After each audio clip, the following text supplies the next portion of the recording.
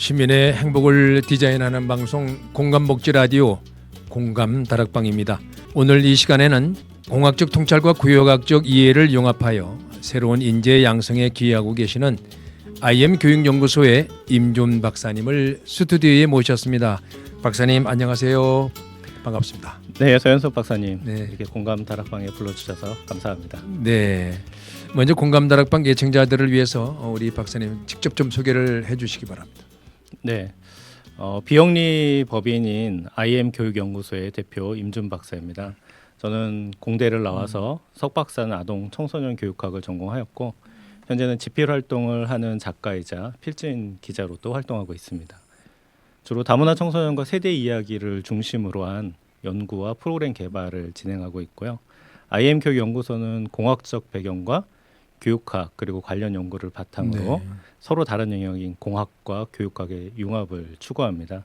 또한 AI 시대 새로운 인재상을 탐구하고 다음 세대의 인재 양성을 위한 새로운 가치를 창출하고자 합니다. 네. 다만 이공계 업종에서 퇴사한 후 IM 교육연구소를 설립하고 활동한 지는 아직 만 1년이 되지 않았습니다. 그러니까 이제 시작 단계에 있다고 말씀드릴 수 있습니다.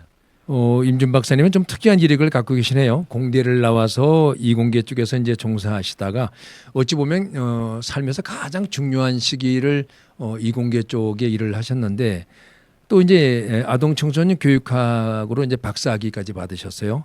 이제는 이제 교육연구소까지 이제 설립을 하셨는데 이렇게 이제 어떤 삶의 좀 이렇게 흐름이 좀 방향이 바뀐 계기가 어떤 게 있을까요? 네, 예전에 봉사활동의 일환으로 네. 두라노 아버지학교 본부 R&D 팀에서 활동한 적이 있습니다. 네. 그때 청소년 관련 분야를 맡게 되었고 프로그램을 만들기 위해 여러 청소년 전문가들을 인터뷰하게 되었었는데요. 그 과정에서 디지털 원주민 세대라는 말을 처음 네. 들었습니다. X세대인 제게는 꽤 낯설게 다가왔고요. 그렇죠. 네. 네. 근데 곰곰이 생각해 보니 바로 제 자녀들이 그 디지털 원주민 세대인 거예요. 그렇죠. 근데 그때 내가 우리 아이들이 살아가는 세대를 너무 모르고 있었구나 하는 깨달음이 오면서 좀 적지 않은 충격을 받았었습니다. 그 무렵 이제 제 인생의 멘토이신 분께서 아동 청소년 교육학을 공부해 보면 어떻냐라고 네. 조언을 주셨고 그 말이 마음에 남아서 자연스럽게 대학원에 진학하였고 박사 학위까지 받게 됐습니다. 네, 요즘에는 이제 그 자녀들의 교육 문제 때문에 자녀들을 좀 더 이해하고 더 가까이 가기 위해서 공부하시는 부모님들이 꽤 많으신데 네. 결정적인 거는 이제 디지털 원주민 세대라고 하는 어떤 그런 어떤 시대의 변화적인 부분에 있어 자녀들을 다시 한번 생각하고 또 그렇다고 해서 어떻게 공부하시는 게 쉽지 않으실 텐데 좀 대단하신 것 같아요. 그 일과 공부를 병행할 수밖에 없는 상황이었을 텐데 일과 공부가 전혀 다른 분야인데 그런 고민도 굉장히 많으셨을 것 같아요. 네, 맞습니다. 그 일과 공부를 병행하면서 특히 이공계와 교육학 이렇게 그렇죠. 서로 다른 두 세계가 제 안에서 어떻게 연결될 수 있을까 하는 고민이 좀 늘 있었습니다. 네. 그러던 중 우연히 탈북 청소년 진로 멘토링 프로그램에서 멘토로 함께 해달라는 요청을 받았고 이공계 진학을 희망하는 탈북 청소년의 멘토를 하게 됐습니다. 네. 그때 담당 센터장님께 왜 저를 제안하셨는지 여쭤보았더니 탈북 청소년 대부분이 문과, 특히 사회복지학과 등 소수학과로만 진학하는 네. 경향이 있는데 아, 그래요? 네. 그 이유가 주로 진로 정보의 부족과 멘토의 부족이라는 말씀을 하셨습니다. 네. 그러면서 이공계 현장에서 일하고 동시에 아동 청소년 교육학을 전공한 제가 그런 학생들에게 꼭 필요한 멘토가 될 수 있을 것 같다라고 말씀을 하시더군요. 그 센터장님의 해안이 보통이 아니네요. 네. 네. 네. 그 이야기가 제게 큰 울림이 됐고 아, 내가 공부한 이유가 여기에 있겠구나 하는 깨달음이 찾아와서 그때부터 제가 나아가야 할 방향이 분명해졌습니다. 그렇게 시작된 인연들이 이어져서 지금 IM 교육연구소를 설립하게 되었고 아이들과 청소년들을 위한 교육 연구와 멘토링의 길을 걷고 있습니다. 네, 정말 너무나도 청소년 교육 문제는 두고두고 우리가 풀어나가야 될 과제들이 너무 많은데 또 이렇게 공학에서 또 이공계 계통에서 일하시다가 이 방향을 선회하셔서 너무 소중한 일을 결단하셨는데 아동 청소년 교육 전문가로 이제 분묘하셨는데 이제 특히 이제 IM 교육연구소, 네. 교육연구소 설립을 하셨는데 이러한 독특한 융합의 이력이 현재 다문화 청소년 연구에 어떤 뭐 통찰이나 차별화된 시각을 제공할 것 같은데 어떻습니까? 네, 제가 공학 분야 특히 이제 첨단 기술이 집약된 3차 산업 현장에서 일하며 이제 가장 크게 배운 것이 있습니다. 그거는 시스템적 사고와 문제 해결 능력이었습니다. 네. 공학에서는 복잡한 문제를 구조적으로 분석하고 여러 요소들 사이에서 관계를 파악해서 가장 효율적인 해답을 찾아가는 과정을 굉장히 중요하게 생각합니다. 그렇죠.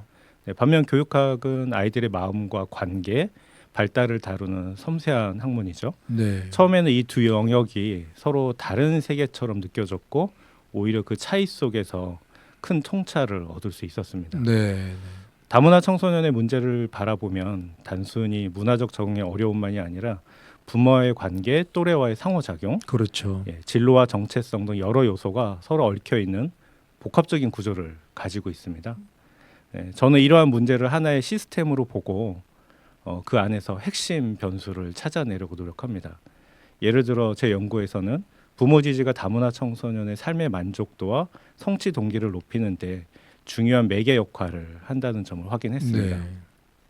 이런 결과는 단순히 통계의 의미를 넘어서 아이들이 자신만의 가능성을 발견하도록 돕는 구체적인 교육적 해법을 설계하는 데 큰 도움을 줍니다. 네. 결국 제 공학적 사고와 교육학적 이해가 만나서 청소년들을 위한 보다 실질적이고 효과적인 지원 방안을 고민하게 된 거죠. 그것이 바로 IM 교육연구소가 추구하는 융합적 연구의 방향이기도 합니다. 이제 바로 이제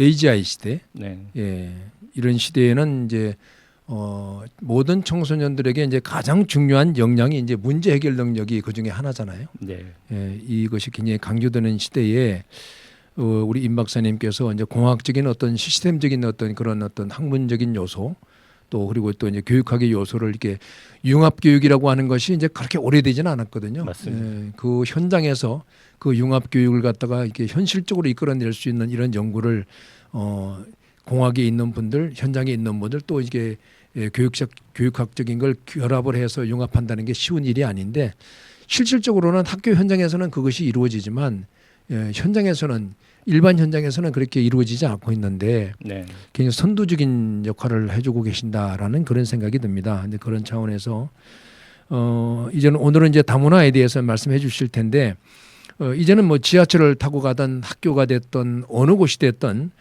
다양한 언어와 문화가 공존하는 그런 풍경이 너무 자연스러워졌거든요. 네. 이제는 뭐 도시와 이 농촌을 뭐 가리지 않고 이제 이렇게 그런 시대인데 아주 이 변화가 이제 우리에게는 낯설게 느낄 수 있지만 사실상 우리에게 이 다양성은 이제 우리 사회가 꼭 끌어안고 가야 되고 또 해결해 가야 되고 어찌 보면 미래를 결정지을 수도 있는 그런 문제잖아요. 네. 이런 변화 속에서 다문화 청소년 지금 우리나라 안에서의 다문화 청소년은 어떤 위치에 있다고 박사님은 보고 계십니까?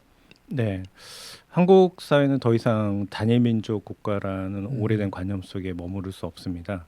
이미 다문화 사회를 넘어서 그렇죠. 다문화 국가로 네. 나아가고 있는 상황인데요. 다문화 청소년은 바로 이 변화의 중심에 서 있는 세대입니다. 부모 중 한 명이 외국인 출신이거나 이주 배경을 가진 가정에서 성장한 청소년들인데 해마다 그 수가 꾸준히 증가하고 있습니다. 네. 그들은 학교에서는 한국어로 공부하고 친구들하고 어울리지만 집에서는 다른 언어와 문화 속에서 살아갑니다. 즉 두 문화 사이를 오가며 이중 정체성을 지닌 아주 독특한 존재라고 볼 수 있죠. 네. 이제는 뭐 단일 민족 국가 네, 이제 과연 이 단어조차도 이제는 하나의 어떤 역사 속으로 이제 사라지지 않을까. 이미 이제 우리나라가 2025년 8월 기준으로 272만 명의 네, 다문화 인구가 있으면 이렇게 되면 아까 말씀하신 것처럼 이미 다문화 국가가 되지 않았나. 그렇죠? 네, 네. 네. 이제 국민 전체 수의 5%가 도달하면은 다문화 사회로 국제적으로 네, 네. 인정을 하고 있고요. 네. 10%가 되면은 다인종 혹은 다문화 국가로 이제 인정을 하게 됩니다. 그러니까 네. 우리나라는 이미 다문화 사회를 넘어서서 그렇죠. 다문화 국가, 다인종 국가로 가고 있다라고 볼 수 있습니다. 그러니까 이제 이것을 우리가 이제 정말 자연스럽게 받아들여야 될 거고 국가의 미래를 위해서도 좀 폭넓은 차원에서로 쳐다볼 필요가 있는 게 이 가정만 하더라도 이제는 가정 이 다양한 가정이 많잖아요. 네. 아버지, 엄마, 아들, 딸이 구성된 전통적인 그런 가족이 아니라 이제는 가족은 이제 혈통 중심이 아니라는 거. 이런 어떤 사회의 변화와 함께 이제 다문화도 이제는 우리가 이게 자연스럽게 받아들여야 되는 그런 것이다라고 본다면 네. 현실적으로 그럼에도 불구하고 그렇게 받아들여야 되는데도 불구하고 이 다문화 청소년들이 현장에서 겪고 있는 생활 일선 또는 학교에서 겪고 있는 어려움이 상당히 많을 거라고 생각이 되거든요. 어떤 것이 있을까요? 네. 우선 청소년기는 누구에게나 흔들리고 방황하는 시기입니다. 그렇죠. 네, 하지만 다문화 청소년은 여기에 더해서 언어의 장벽이나 문화적 차이, 사회적 편견이라는 이중적 과제를 짊어지고 있습니다. 예를 들어 부모의 모국어와 학교에서 사용하는 한국어 사이에서 혼란을 느끼거나 네, 네. 네, 또래에게 피부색이나 억양 때문에 차별을 경험하기도 합니다. 때로는 부모를 대신해 행정 업무를 맡는 등 조기 성인화 네, 네, 네. 예, 현상을 겪는 경우도 있죠. 이런 경험들은 자존감 저하나 정체성 혼란으로 이어질 수 있습니다. 그렇죠. 네.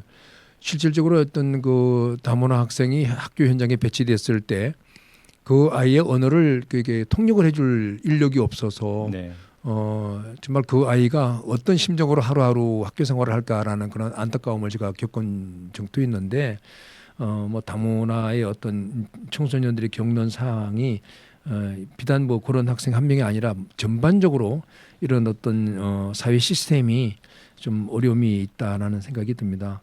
그러면 이제 우리 임 박사님께서는 다문화 청소년을 이해하는 일이 왜 중요하다고 생각하세요? 네, 다문화 청소년에 대한 이해가 중요한 이유는 크게 세 가지로 정리해 볼 수 있습니다. 첫 번째는 다문화 청소년의 삶은 청소년 발달의 보편성과 특수성을 동시에 보여줍니다. 네. 네, 그들의 경험을 이해하면 모든 청소년이 겪는 성장의 의미를 더 깊이 이해할 수 있다는 뜻이 그렇죠. 되겠죠. 네. 다시 말해서 다문화 청소년을 이해한다는 것은 모든 청소년의 문제를 이해한다는 뜻이 될 수 있는 것이 첫 번째 이유고요. 두 번째는 다문화 청소년은 한국 사회의 미래를 짊어질 주역이라는 겁니다. 그들은 외부인이 아니라 우리 사회 안에서 태어나고 자란 우리 아이들이라는 것입니다. 네. 이들이 건강한 정체성을 확립하고 자신감을 가지고 그리고 사회에 참여할 수 있도록 돕는 일, 곧 이게 우리 사회 전체의 통합과 발전으로 이어질 수 있는 거죠. 마지막으로 세 번째는 다양성은 한국 사회가 성숙한 민주 사회로 나가는데 꼭 필요한 자원이라는 그렇죠. 점입니다. 네. 다문화 청소년은 이 두 가지 이상의 문화를 경험하며 자라기 때문에 세계화 시대에 큰 자산이 될 수 있습니다. 네.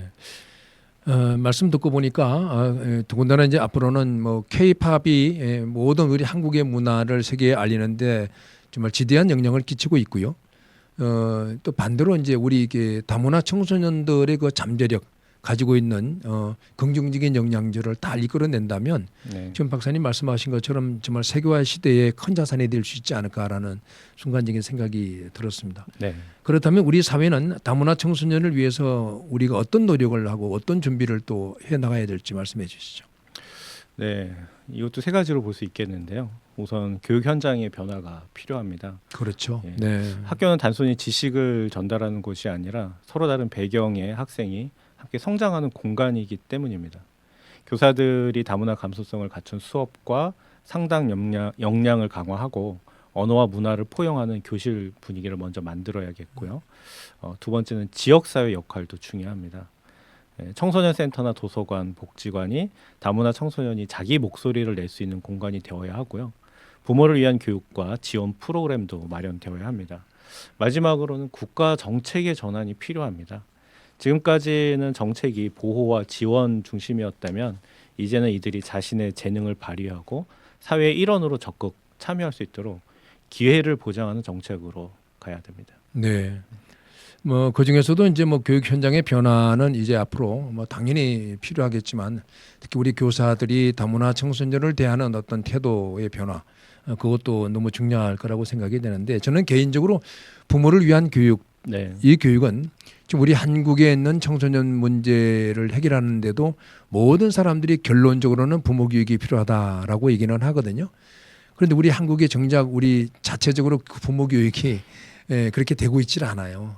더군다나 다물며 다문화 같은 경우는 이 다문화 청소년 문제를 해결하는 데 있어서 좀 더 전문 인력을 확보를 하고 그런 교육을 통해서 부모 교육을 통해서 이런 문제는 좀 해결이 돼야 될 거라는 생각이 듭니다. 그래서 박사님께서 생각하시는 이제 가장 중요한 변화의 시작점, 이런 다문화를 우리가 수용하고 그들을 똑같은 우리의 공동체의 일원으로 받아들여서 문화 속에 그들을 인정하려면 그 변화의 시작점은 어떤 것이라고 생각하십니까?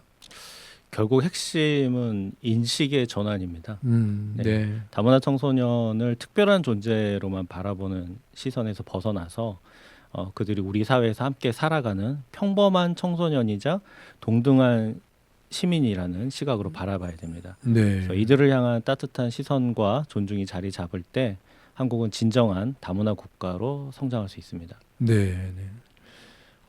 다문화 청소년들에게 이제 뭐 많이 접해 보시겠지만 임준 박사님만이 그 다문화 청소년에게 좀 메시지를 전하고 싶은 것이 있다면 어떤 것이 있을까요?